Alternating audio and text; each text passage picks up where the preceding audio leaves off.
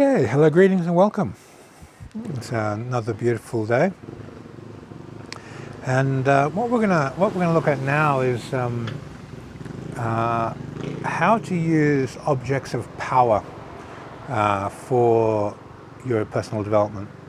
When you have a magical amulet and charged by a high priest or charged by an arahant, there's an akashic imprint of a mental resonance, there's an akashic imprint of an astral resonance, and there's an akashic imprint of a physical resonance of what that amulet or that object of power represents. So when you're training with magical implements or sacred objects, you need to mentally transfer into the power of the object to extract value within your practice. So if I pick up an amulet with an engraving of a different very arahant on it, what's the first thing you do? You put it in your hand, you look at who it is. Then you make a prayer. What does prayer do? It brings you into stillness. It brings you into resonance with a frequency that's greater than yourself. Arahant attain Nibbana. You bring yourself into resonance with their attainment and their path to attainment and their spiritual support of that attainment. You put a prayer over the amulet. Then you put the amulet in your hand or you put it around your neck and you quietly sit in resonance with what you feel. The transmission of the amulet. What was that arahant trying to pass on to you? What was that arahant giving you? What was the greatest value of his journey? And you sit and feel. Now as you feel, something gets activated in your spirit. There's a spiritual quality, the Dharma that particular arahant was teaching starts to wake up. There's a light. All energy is information, energy and consciousness which produce a type of light. You look at the light, it's high or low. These types of frequencies are usually very, very high. So you feel it in your spirit. As you sense it, it's of that level, it's of that level. You'll make your judgments about it, your evaluations. And do I want it or don't I want it? Does it fit into my path? Yes, no. If it does, go into resonance with that frequency. Put your mind on it, hold it. Now as you hold that frequency, something's going to happen. Your mind will become that. You'll start to observe it, you'll identify, apply your will inside of it, and it'll become a feeling. It'll saturate your body. You continue observing, identifying, applying the will to owning it, it'll move into your body sensation. It may have particular gestures and mudras inside of it.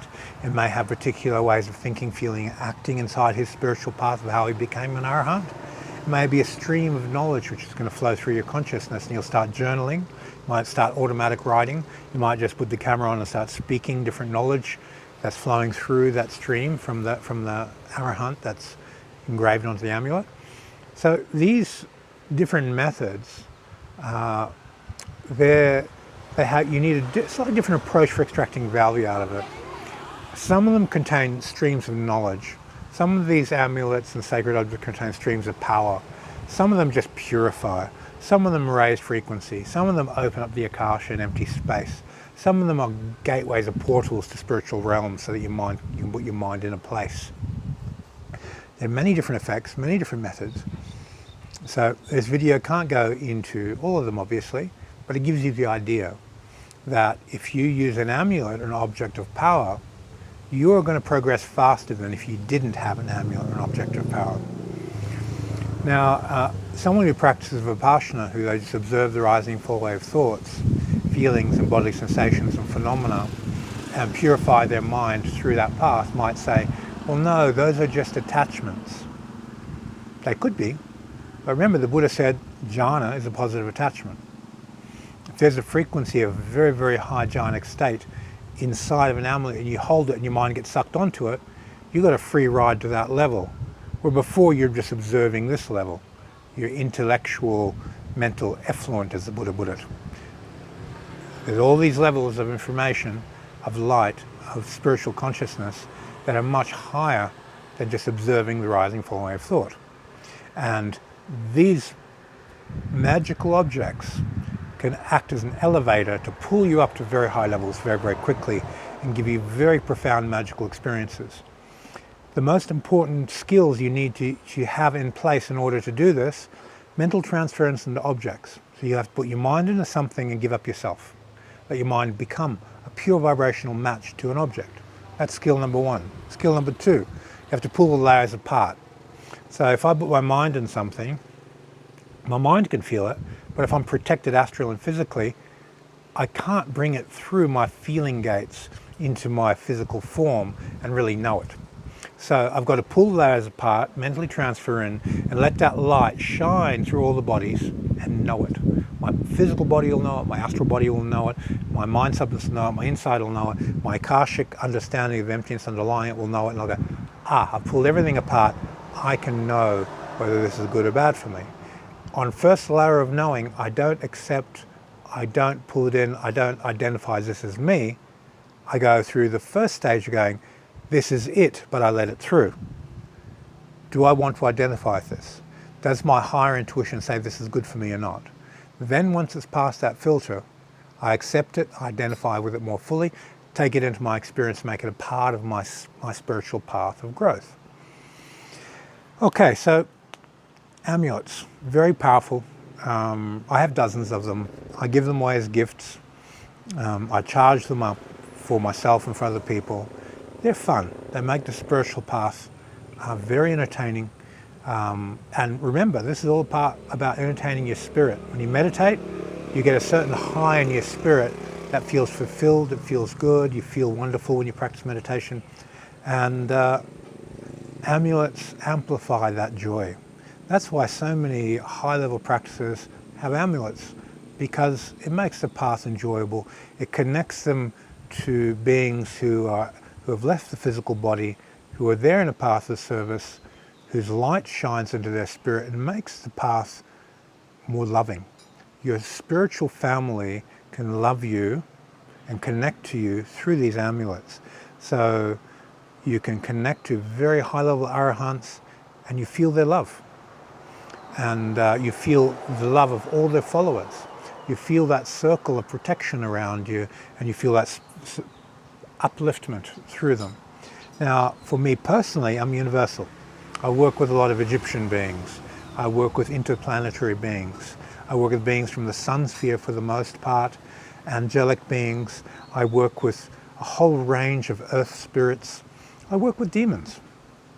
Remember, whatever density of light you're at, there's a positive and negative sway. If you're here, you own this and you own that. You have to own your good and you have to own your bad. Otherwise, your bad will own you if you don't own it. Remember that. If you don't own an addiction, you're a slave to it. So when you work with high frequencies of light, the negative forces will serve you equally to the positive forces. This is a fundamental law of Hermetics. There is no good and bad. This is a vibrational scale. And that vibrational scale is subject to the density of light above it. So when you train non-dual light, negative beings become protectors and they will serve you. Positive beings will recognize your value and they will serve you.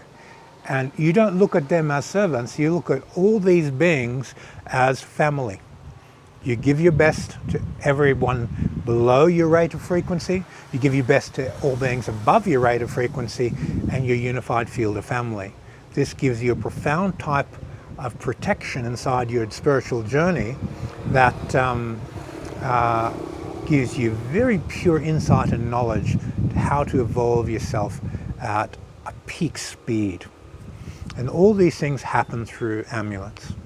Now, I talked about the good and the bad. It's not really good and bad, it's a vibrational rhythm.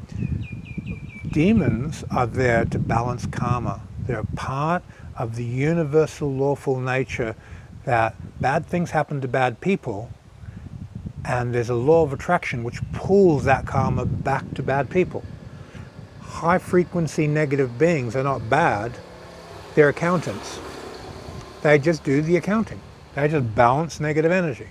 So if you've got an enemy that is hurting your family, hurting your church, your temple, your spiritual family, you will take one of the guardian spirits and go, and they're usually very, very clearly accountants, say this person is injuring our flock or injuring people in our temple or hurting people in our community, can you go and balance their karma and make them see the error of their ways?